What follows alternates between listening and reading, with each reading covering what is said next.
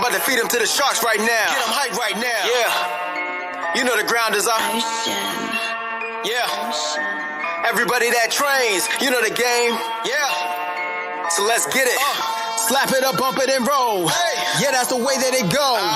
Ain't no better way to better yourself in this game. You're feeling the growth. That's time on the mat. We put in the work. Believe it ain't easy, I know. But we train for the love of the game, the love of the art. Now slap it up, bump it, let's roll.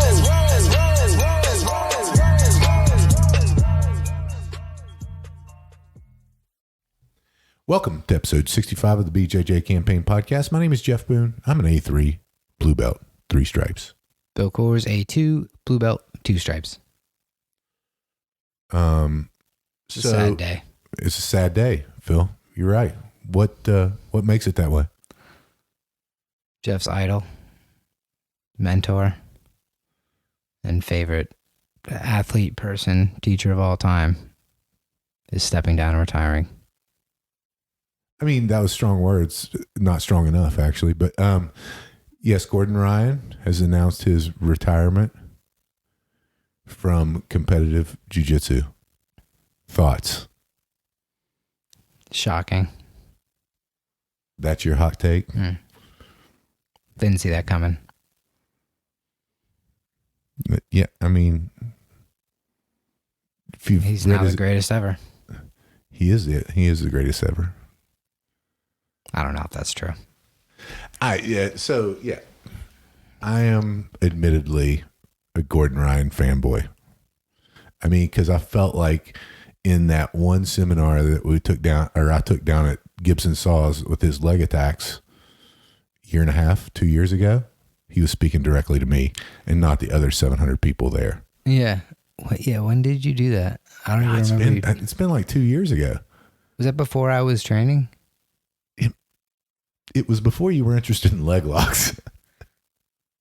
No, it wasn't. I don't think it was before. I think, you know what? I think it was February, right before I got my blue belt. That's what put you over the top, probably. For sure. Look at that leg game. That's what pushed you over the top. That seminar. Might have delayed it a little while longer. But yeah, either way. All right. I remember you. I feel like you probably told me about it, and I probably just did that blank. Nice. No idea who you're talking about. Look. Yeah, I'm sure of you it. Probably told me, I'm going to a Gordon Ryan seminar. Never heard of him. I'm sure of it. Maybe we'll even post pictures of that seminar up. That was a good one. Yeah.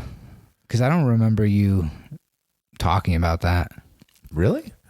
Right. Yeah. No. That's weird. Like, I know you did it. Yeah. But I feel like that was before my time almost. It was really, I was interested in leg locks and honestly, I'm super glad I went.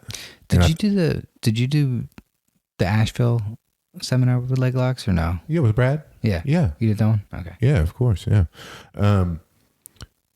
It was before I really actually done any leg locks, and I was just very interested. I mean, I'd done, straight ankle locks and stuff like that in class, and obviously went down that YouTube rabbit hole a few times, maybe a few hundred times.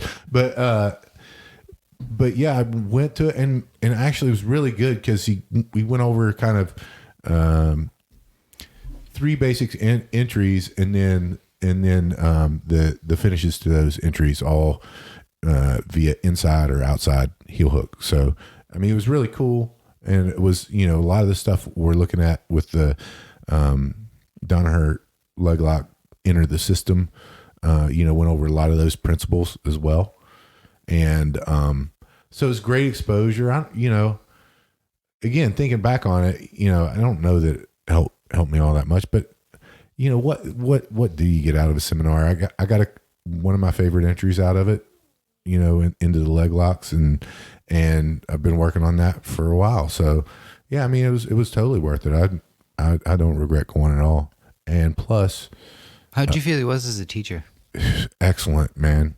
I mean, like he did probably, after he went through all his stuff, he said, all right, next 45 minutes, guys, is all questions from you guys.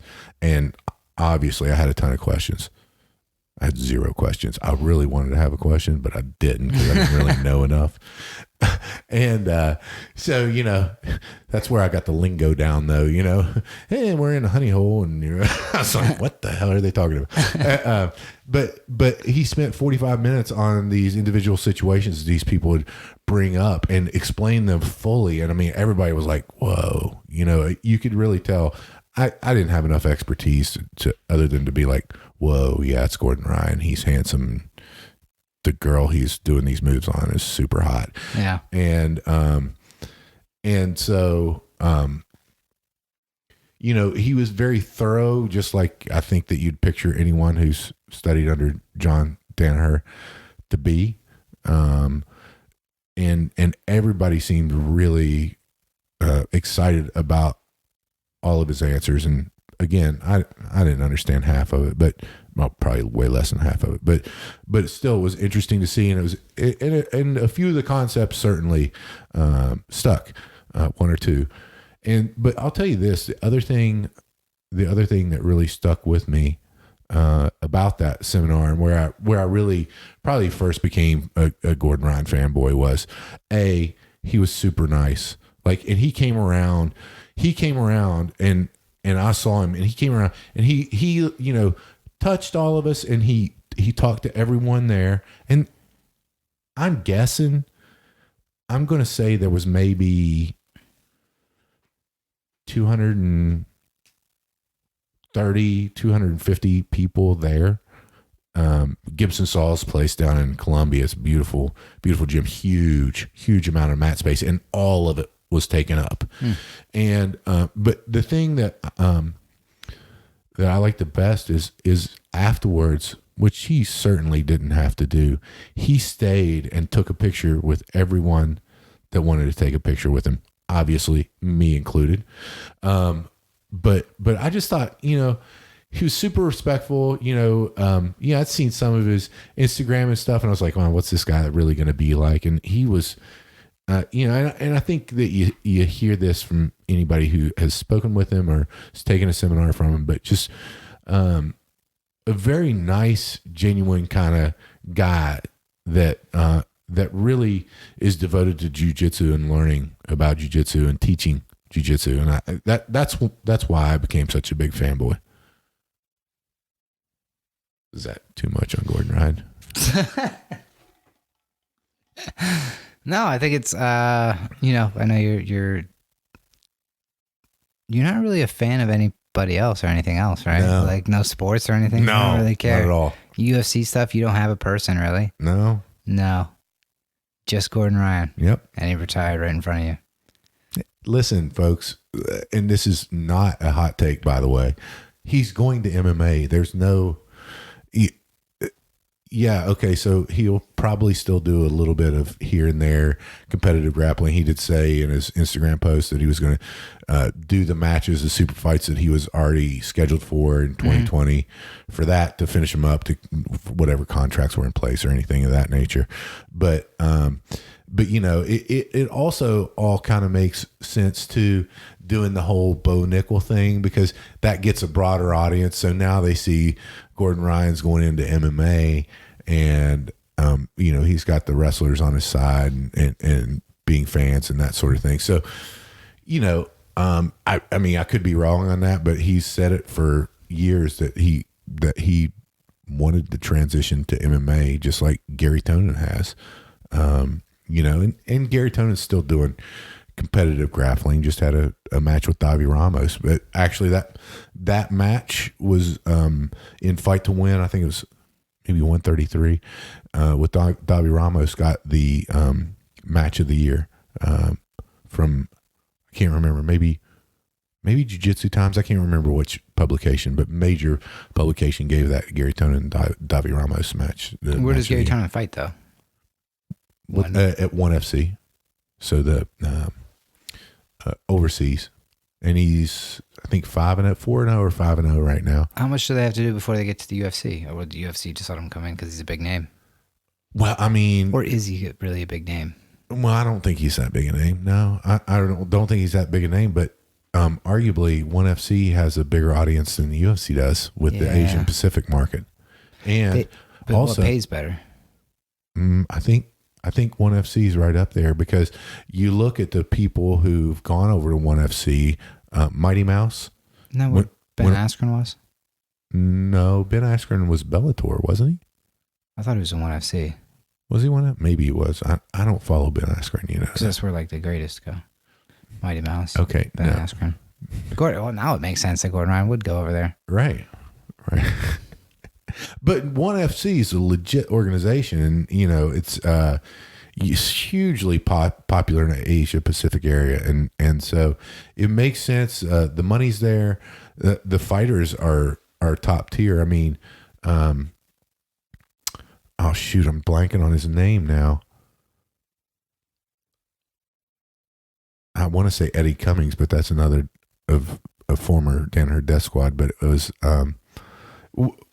one title contender went over to ONE FC and got starched his first fight. I mean, they've got legit competition in ONE FC, top tier men and women over there, and I think that's where Weili Zhang or Zhang Weili, whatever her name is, the champion in the UFC now, the women's not bantamweight. Did they ever do like UFC versus ONE FC? Well, they used to. So they did. I think it was years ago. That was the whole Chuck Liddell thing, the UFC versus Pride with Vanderlei Silva, Chuck Liddell. But no, I don't think they're doing any cross promotion, which would be awesome if they did. But I don't know if two organizations that big could ever get together. So, I think all that was to say, do you think he's going to try MMA or try just bigger money grappling matches? No, I mean, I think for sure the writing's on the wall that he's going to, what? Brett Favre approach, just come back when it's time to. Yeah, maybe. You know, I mean, I don't think we've seen the last of Gordon Ryan grappling. And I don't think we've seen the last of him at ADCC, because I think that if Galval wants that match in 2 years, that he's going to give it to him. But yeah, I think he's on his way to MMA. You know, that's just a tough transition. I mean, it's kudos to him for going out of his comfort zone to do something that's really hard. I'm sure he was probably at the top tier of what somebody in jiu-jitsu could make with doing jiu-jitsu full time. Yeah. You know, I don't know what that translates into dollars, and I don't know if it's more in MMA, but I would suspect it is. Yeah, I would say so. So anyway, that was, probably way longer. Have you put any thought into what that means to you when him retiring? That was a joke because of how much you, yeah. I mean, that's pretty much what I thought about on my drive back from West Virginia. Yeah. I think it's interesting. I kind of, I guess, glossed over. I knew you had gone to a Gordon Ryan seminar, but never really like. Oh yeah, we're bros. But at the same time, like,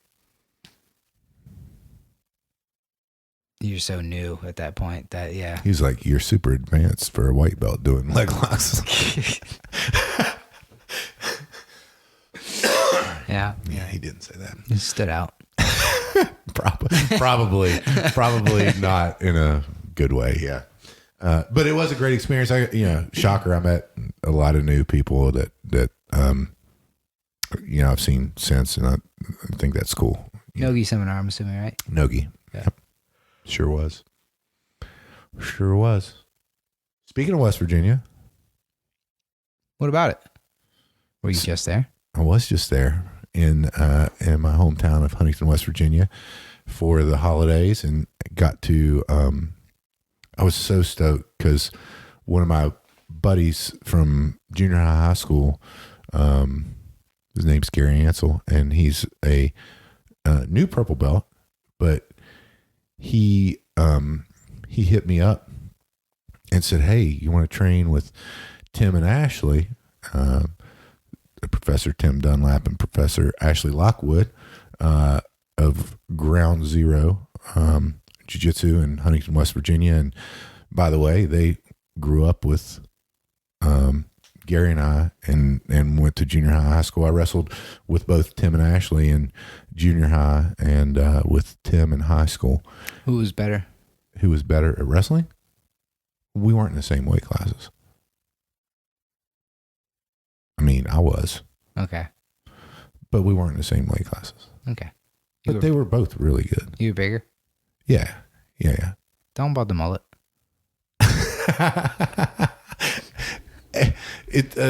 Ladies and gentlemen, it's probably not a shock that back in 1987, 88, and 89, whenever I was in high school, that the mullet craze was in full force.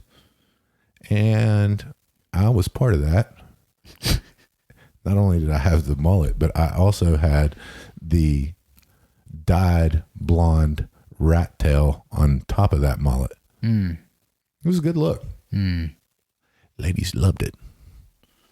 Not really. And that's why they took the hair away. Exactly. You abused it. I did abuse it. That's exactly what happened.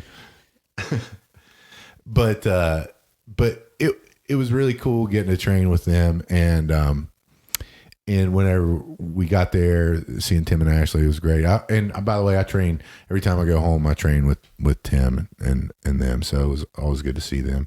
But I thought it was really cool the format that they used, because it was the holidays. There wasn't really a regular scheduled class. Ashley was explaining that they were going to do an informal seminar style training, and they had 1, 2, 3, 4. That night there was 4 black belts on the mat, and so they each showed a move and went through it, went around, helped everybody. And I found, so Tim showed this, I don't even know what he called it. Old man guard pass, I think is what he called it. He said you don't even have to get up off your knees for it. But showed a guard pass that's super effective, that I use today whenever I was training, and it's an unbelievable guard pass. Whenever you break the guard open, or if someone goes straight to open guard, put their feet on your hips, you reach under with your right hand under their left leg, grab their opposite pant leg, and then go to the lapel, pull it in, and pass straight from there. What are you looking at me like that for, Phil? You just, the way you describe, I would love to know if people ever know what you're talking about. I mean, don't you think that's pretty? We need to do a game, number one, and just have you describe a move by just like body parts, and then we're just gonna stand there, play it, and see what people do. I bet 5 pairs would do 5 different things. That's it. I'm not explaining moves anymore. It makes perfect sense when I'm looking at you and you're acting it out. The motions you're doing makes more sense, but I don't know. Maybe it's just me. I get totally lost. It's because you're not a conceptual learner. You're a visual learner, Phil, and that's different. Yeah. It's too funny. It is a cool guard pass, though. It was, right? Yeah, it's just not the first time we've seen it. No, of course. I mean, I'm sure John's shown it half a dozen times, maybe. And Jocko showed it at Jocko is the Origin one that camp. stuck out to me. I don't know if John showed that one. I'm John sure he shows is. that on the triangle defense. John's done that to me before. Yeah. So yeah. Well, And that's not surprising at all. Well, but yeah, I mean, that's how he that's what shows he that wants. triangle defense. He does what he wants. But no, it was great, and that like I've never seen like an informal class and that seminar stuff, and so got several moves from that. Really cool, really good rollover, north-south escape, a key choke using your own lapel from Keisugatami. So really, really cool stuff. And they were so awesome. It was, I mean, because there's probably only 12 or 15 people in class, right? Mm-hmm. So we got, I felt like each pair had a black belt that was there showing them stuff and correcting them the whole time, which was awesome. You know, it felt like almost a group private type setting. Yeah. And So it was unbelievable and a lot of fun. And, you know, I got to roll with Gary and I got to roll with Tim and it was just a lot of fun. You know, and one of the things that stuck out to me and what I didn't mention before is that Gary, actually brought Jiu-Jitsu to the Huntington area back in '93 after the first UFC. And I mean, I think everybody kind of thought Gary was crazy anyway. He is a little bit crazy, but they really thought that after he was like, I'm going to start Brazilian Jiu-Jitsu. And so he'd have these old tapes and it'd be him, Ashley, Tim, and Sean Bowden. And they had these old fold out mats that they would put in the yard, and they would just sit there and just beat the living shit out of each other. And they used to VHS tape it, and we were watching. We were like, they're like, hey Jeff, you should do this. I'm like, no, that's stupid. That looks terrible. You know, it was 1993. Yeah. But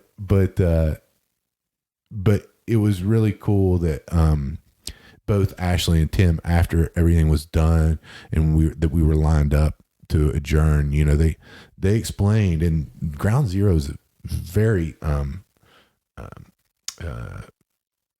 it's a great place to train, and they've got a lot of students, ton of students. They've got probably, I'm going to say conservatively, 2,000 square feet of mat space. So really big mat space, and they do really well in competitions and everything. And I just thought it was really cool that Ashley and Tim recognized Gary and said, guys, without this guy, none of this would have been here today. And you know, emotionally it tugged at the heartstrings for me. It was really, it really well deserved. And I'm so happy that Gary got back into jiu-jitsu, and I was so happy to be able to train with him. It's a great feeling for great old friends. You just started back up recently. I think he started back up probably, I think it was about 2 years ago when he started back up at Soma Jiu-Jitsu in Springboro or Dayton, Ohio, somewhere around there. So he doesn't train there now. He's just visiting? Yeah, he was in for the holidays too. So that's how this whole thing came together. Okay. Because Gary reached out and he was like, hey, man, are you going to train when you're in town for the holidays? And I was like, yeah, I always train at Tim and Ashley's place. And he's like, great, let's do it. And so, yeah, that's kind of how we ended up training together. Okay, I missed that part. I assumed he had been there. No, that was the first time he'd been back training with him. Cool. Yeah, it was cool. It was so. Thanks, Gary, Tim, Ashley. It was what a fantastic training. I really, not only just for the technical part, but just for getting together, doing something that you love. And those guys are. I think they both got their black belts from George Gurgel. I think it was 2007. I think it was right around 2000. I think it was right around 2007, 2008. I'm not sure. Not sure what. So, but they've been black belts for a long time. You know. So, how about you training over the holidays? Oh, you had a pretty popular open mat, so I hear. Yeah, it was good. It was good. Day after Christmas, we had probably 20-something people on the mat. Did you get any pictures? No. You didn't? No, we were training. Interesting. We were training. We were just taking pictures like you do. Yeah. Interesting. Well, I mean, in my book, if you don't take pictures, they weren't there. Ask Delvin. It's a good argument. Yeah. It's a good point. Yeah, probably should have got a picture. We were training, though. Yeah, it was funny. I noticed you made fun of me posting up for no meme. Yeah, I mean, the public service announcement out there, folks. If you're posting up for an open mat, put a little bit of thought and effort into it. That's all I ask. It's all about efficiency. I get the post up quick. Put a little thought and effort. Spell check. Listen, every one of us has. How many memes do you have on your phone, Phil? 37. 3,700. 3,700 is more like it. Pick one of those memes. I'm a TikTok guy. I'm not about the memes. I've moved on. Please stop Memes are watching old. TikTok, and please stop sending me The one with the dog with anything the to garbage do can where I was hitting it. Now that was hilarious. I think how they get you is like the more, like I was up to like 20, 25 minutes of just mindlessly watching these videos last night. The longer you're on the app, the funnier they seem. Oh, so it's honing in on your sense of humor. Yeah, it definitely is. Yeah. Because I could see how when people randomly send me one, like it's not that funny. Or like if I just sent it to you, I'm like, all right, I could get how he doesn't think that's funny. I'm falling out of the chair. Like I think it's the Yeah, the funniest Will thing Smith ever. one was terrible. You didn't think that was good? No. What did it say it was? How did it go? Armchairs are just chairs for your arms. Armrests are just chairs for your arms. Yes. The arms on the chairs are just chairs for your arms. Yes. I was laughing. You didn't think that was funny? No. It was hilarious. It was awful. Because they it's just not sit on it. jiu-jitsu related. They just sit on it and Don't they rest. send it to me. I'm not interested in TikTok. We'll get you there. That's you our just gotta download relationship, it. Phil. Yeah, you got to download it. I'm not downloading. Did you see the one where the dog jumps down the stairs? Like this dog runs like down like probably 75% of the stairs. Just comes running back up, like runs down the hallway and gets a running start and just jumps on. No, I did not see that one. I'll show you. No, I'm good. I'm good. Thank you, though. Yeah, you'll see it. So again, with the public service announcement, just take a little time, write something a little bit clever, and then post your favorite meme with it. People love memes. And guess what? If they love the meme, they want to like or laugh at your post. And then if they laugh or like it at your post, then you can. It's not true. You can pressure them in. Say, hey, that's not the same. You like the meme? Yeah. Why don't you come to Open Mat? It would be great with you there, liker or laugher of You memes. do that. Yeah, I noticed you liked the post and didn't show up. I like the post. I don't say that I'm in, and then I show up. It's kind of my thing. That's totally backwards. Saying you're in is what builds up the people. They're like, oh, he's going, I'm going to go. Or I do a GIF for my I'm in, where It's GIF. Okay, thank you for that, for supporting my ideal. But it's GIF. Nick and I had an argument. I don't care. Nick's always wrong. See, he is wrong most of the time. You're right. Yeah, I think GIF too. But he made a good point. Is it a gift or a gift? Why is that the point? GIF? GIF? That's the first three letters. Yeah. I don't care about that one bit. Now, see, your argument's kind of fallen by the wayside. That's now. how I read it and say it in my head. It's a GIF. All right, I'm not going to win that one. No, you're not, because I've read it in my head that way for a long time. Yeah. I don't know. It's like peanut butter. That's JIF. Mm-hmm. GIF. Mm-hmm. Yeah, that's not GIF. GIF. They're both GIF. It's like deer and deer. It's not like that at all. Yeah, it is. Wow. Okay, let's move on from the grammar lesson. That's not our strong suit, I don't think. No argument. So the reason I want to bring this up and it's just because it's on my mind, and that's that, and we do it every few months anyway, but dealing with different types of injuries, right? Lately, it's been all the time for us. Yeah. Yeah. So give your laundry list, Phil. Right now, it's my knee, hamstring, super tight. Couldn't bend my knee last night. Like when I was fine training the whole time, and I went to stand up and I couldn't walk right. Mm-hmm. That's never happened before. Night before, I got a cramp really bad in my hamstring. Probably because I was eating very clean over Christmas. Ice cream cakes, ladies and gentlemen. It's not clean. Candy. He still had cookies. Ice cream cake on his face today whenever we went to Joey's wrestling match. Yeah. What are you going to do? I mean, just at least wash that shame off your face after you're done. I did it after training, and I showered, and then later on I ate dinner and had dessert, mostly dessert, very small dinner. I had to save room. So got the really bad cramp the night before, at the big open mat that you missed. Yeah, that's pretty much the bad thing right now. Yeah. But you've been struggling with a couple ones that don't seem to want to go away. Yeah, no, I have, and I still am, and we're now learning and trying to be supple leopards. For everyone out there, we've got the book, How to Be a Supple Leopard. Becoming a supple leopard. Becoming a supple leopard. Thank you. It's got a lot of pictures right up my alley. Yeah, totally great. Reading is not.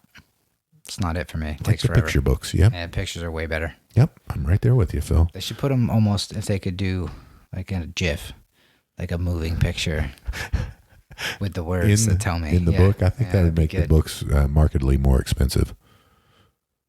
We'll have to look into it. Okay, yeah. But yeah, so the latest thing for me is a pinched nerve in my C-spine that's causing numbness on my thumb and forefinger and excruciating pain if I'm in someone's side control and they have my head turned to one direction to where it shoots down my arm and all that stuff. So, going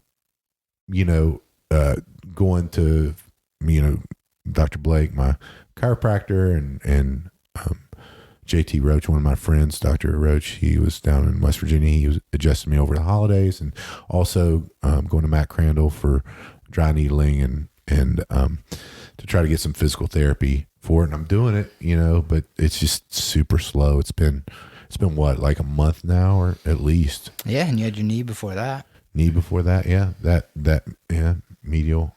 But what did I take off? 4 days for that? 4 or 5 days for that knee. It wasn't. You took a while. I think it was 2 separate stints. Yeah. I think you took off, and one of those was like a work trip though. So yeah, that's right. You're right. I was out of California. That kind of lined up. Yeah. So it probably went good. Yeah, and I get that similar thing off that shitty posture situation with the neck, that my like either upper spine, lower neck, whatever you want to call it. Like if I look to the side, sometimes it's like I can feel it for sure, but I don't. You seem to have it specific on one side and way worse than I have. Oh yeah, for sure. And it just reminds you gotta take care of your body. You gotta do the things right. I've got to correct my posture. I mean, it's hard. Obviously, we're always with the shoulders forward, elbows in, that sort of thing. Kind of neck hunched kind of way whenever you're in that open guard, and that's fine. But I just need to correct it whenever I'm not doing jiu-jitsu, is whenever that correction comes in. And honestly, it hasn't.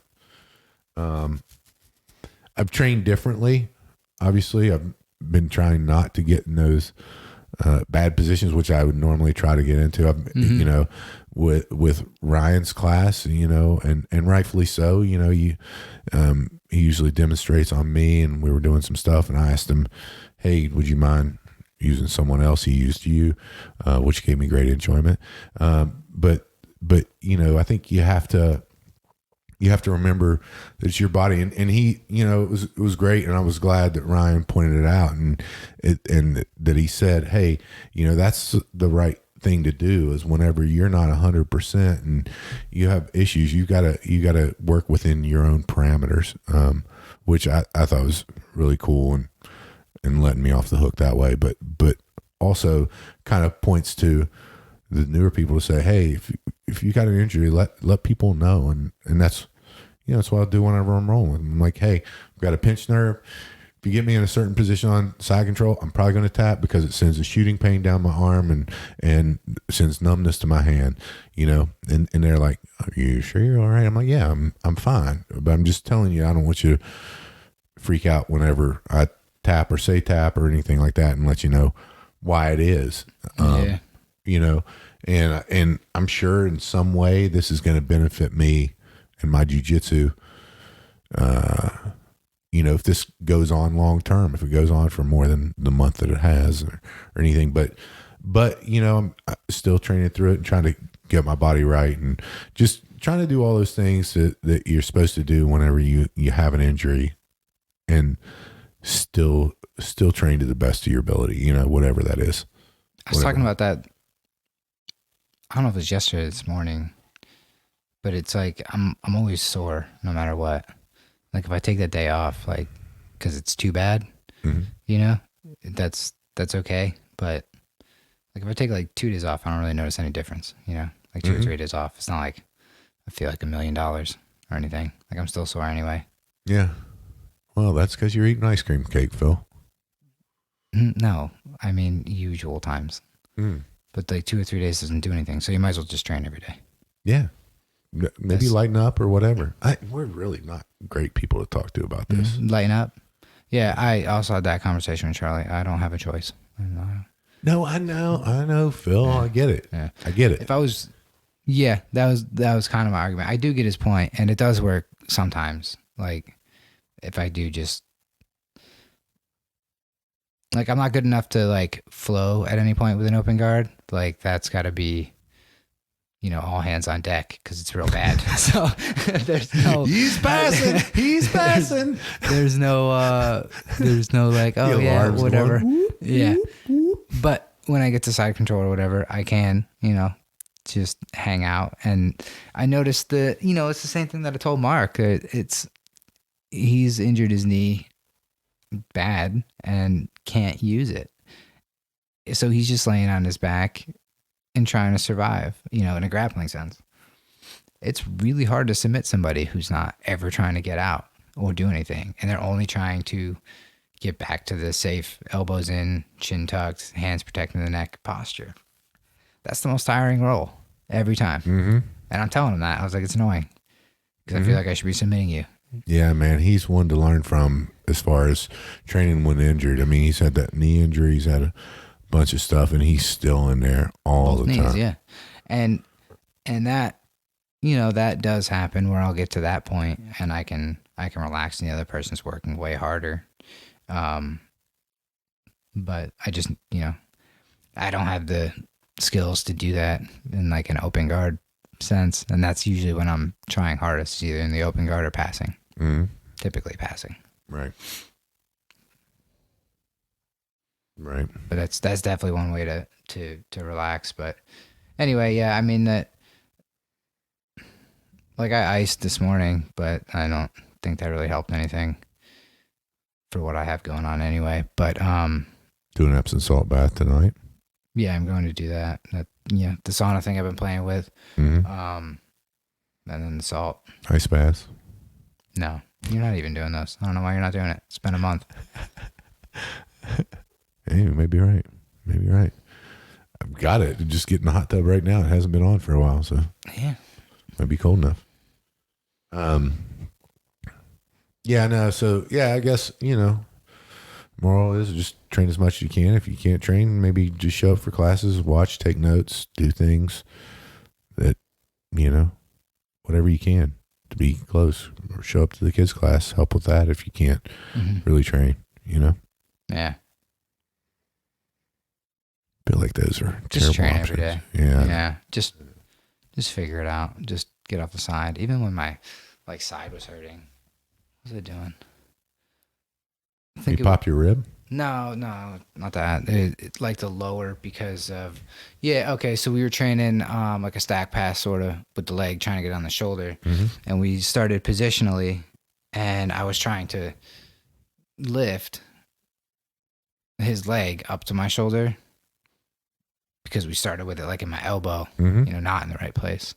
I shouldn't ever be doing that, and that me trying to lift hurt the muscle. Like my hip is here. What is this? I know. What is this muscle? Psoas? Like right above the hip? Yeah. Okay, whatever. So that was like super sore. So that just limited like bridging and shrimping hard on one side for a day. Just, it's going to go away. It's like this knee and hamstring thing. Like if I just kind of train shitty tomorrow and just lay on a side and I can't like use my knee very much, whatever, and it'll be better by like Tuesday. Is it your top shield if you're doing half guard or bottom? Top, yeah. Top. Oh, okay. It's they just go like this. Yeah. It's all going to change. Not when much we of do a that shield. Tom DeBlass DVD. Phil got me I've kind of got him too. That was for you, man. Yeah, I know. I was only thinking of you when I got that. For Christmas, the Tom DeBlass DVD. DVD, downloadable content from BJJ Fanatics. Mm-hmm. It's awesome. I like it a lot. Tom DeBlass is awesome. So we'll be reporting on that. We're trying to, for the goals for the New Year's is we're trying to get better at digesting those instructionals, and we're just going to try a few things out and go in a little early on the open mat stuff and just try a little bit of that stuff out and, kind of go from there. So we'll report back on that whenever our half guard's unpassable and we get everyone's back from it. Yep. Yeah. Any day.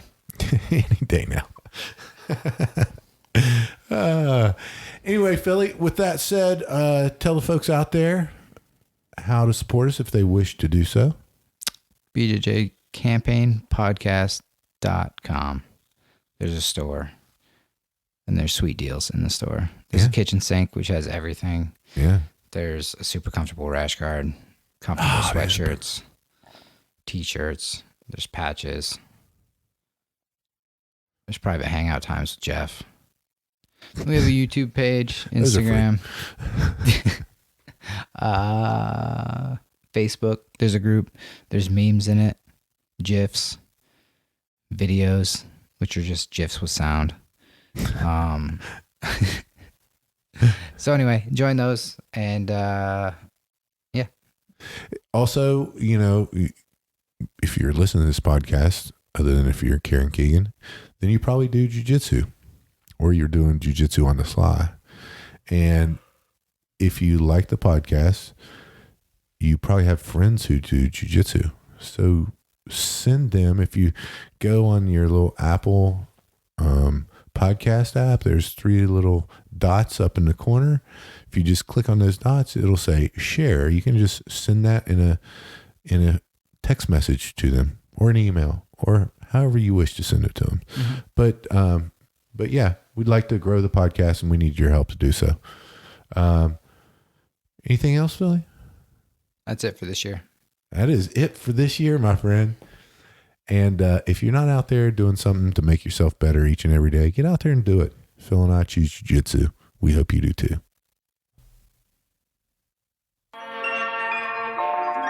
I'm about to feed him to the sharks right now. Get him hype right now. Yeah. You know the ground is up. Yeah. Everybody that trains, you know the game. Yeah. So let's get it. Slap it up, bump it, and roll. Hey. Yeah, that's the way that it goes. Ain't no better way to better yourself in this game. You're feeling the growth. That's time on the mat. We put in the work. Believe it ain't easy, I know. But we train for the love of the game, the love of the art. Now slap it up, bump it, let's roll.